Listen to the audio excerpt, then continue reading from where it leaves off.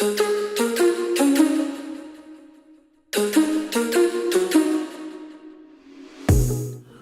is going on, people? Leah here from Creative Tech Lab, back with another quick video relating to the RX100 memory recall. Now this is a small little setting that goes a really long way.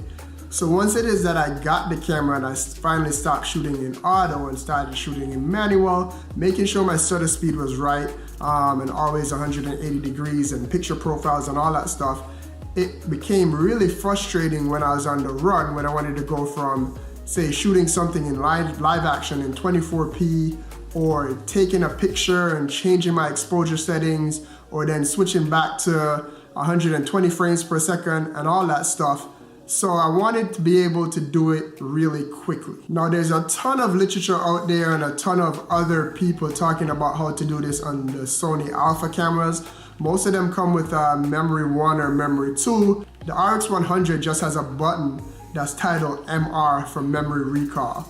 And there are some people that have put out videos previously on how to do this on the older versions of the camera. The menus on the Sony RX100 Mark VI has changed a little bit, so it took me a little while to find where it is that this is done and how to do it.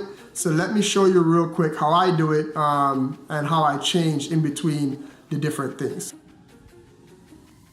You're gonna switch the button to MR. Now, I already have my button set because it's there, but the first thing I would do is come in here to the second camera page, go to file format, and then set your record settings. So my first thing is set to 24 frames per second. And then I would come out and set my shutter speed to 50, which is, again, you can just do that there from the screen. My aperture for this setting is normally set to wide open, and then I have my ISO set to my trash button. You can change it there. And then once you have the settings set, if you want to set your picture profile, you do that on page 9 of the first camera screen. I have mine set to PP10, which is HLG. And then to set the memory, you're going to come to page 3 on this menu screen, and you're going to hit memory. And then you're going to choose, you have 3 options up here which are set to the camera. You choose there, it says registered. And then let me give you an example of if you're out on the road and you need to change. So let me go ahead and change there. I normally, so let's say you were in high frame rate mode or something and you needed to change back. I normally just snap it to the MR button right there, select, and I'm there. And then let's say I see something and I want to shoot some B-roll. The way I do it is I just snap to M and snap right back to MR. Choose 2, and then you could see my frame rate is 120 frames per second. My shutter speed is 250, which is double the frame rate. My ISO is set there, and then boom, everything is set that I need to do. The second way to do it is to press the function button right here, and it will take you to MR here, and then you get back to the same screen and you could change back there. The only reason why I prefer to just snap the button here is on the function button. Let's say you are all the way, you were changing your drive mode or your focus mode or your auto balance or something. It's just a couple more extra clicks to get back to the memory screen.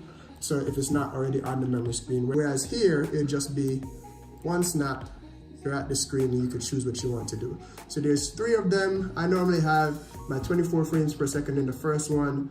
120 frames per second is usually my preferred B-roll, especially during the day. At nighttime, because of the low light performance of the Sony RX100 VI, I'll normally shoot on 30 frames per second in 4K if I need to, just to get a little bit more resolution, a little better low light performance. And then you can always slow that down by 20% if needs be. And then those are the 3 that are in the camera. Those are always there. And then every new memory card that I put in, I normally set my settings here as well, which is typically has, if depending on the lighting situation and I want to do some slow-mo, I'll do 60 frames per second. You see that shutter speed is set to 125. My profile is set.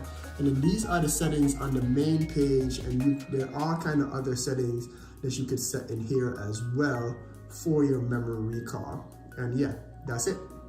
So yeah, it is that easy in order to set the memory settings, and that way it's a small setting to change, but I know it was a huge benefit for me to make it super duper easy. A lot of times when I'm out shooting live action, I'm in 24 frames per second, and then I want to get some quick B-roll. I can just quickly hit that button, go over to 120 frames per second or 60 frames per second. My shutter speed is already set, my aperture is already set where I want it, my picture profile is already set, and it just makes it super helpful in order to switch back and forth. This is a super quick video. I don't want to talk for too long. Done talk, as them say where I'm from. So hit the subscribe button if you like this content. There's a couple more videos on the Sony RX100 and a lot more to come. I promise I'm also getting to the audio stuff as well and other creative ventures. Look out for our first episode in our first series, which is called Creative Spotlight, with my dear friend Willie Chin, a superstar DJ, international DJ from around the world. So do all the things that YouTubers ask you to do at the end of videos. I promise you will not be disappointed. Hit the subscribe button, hit the notification button, and I will catch you in the next one.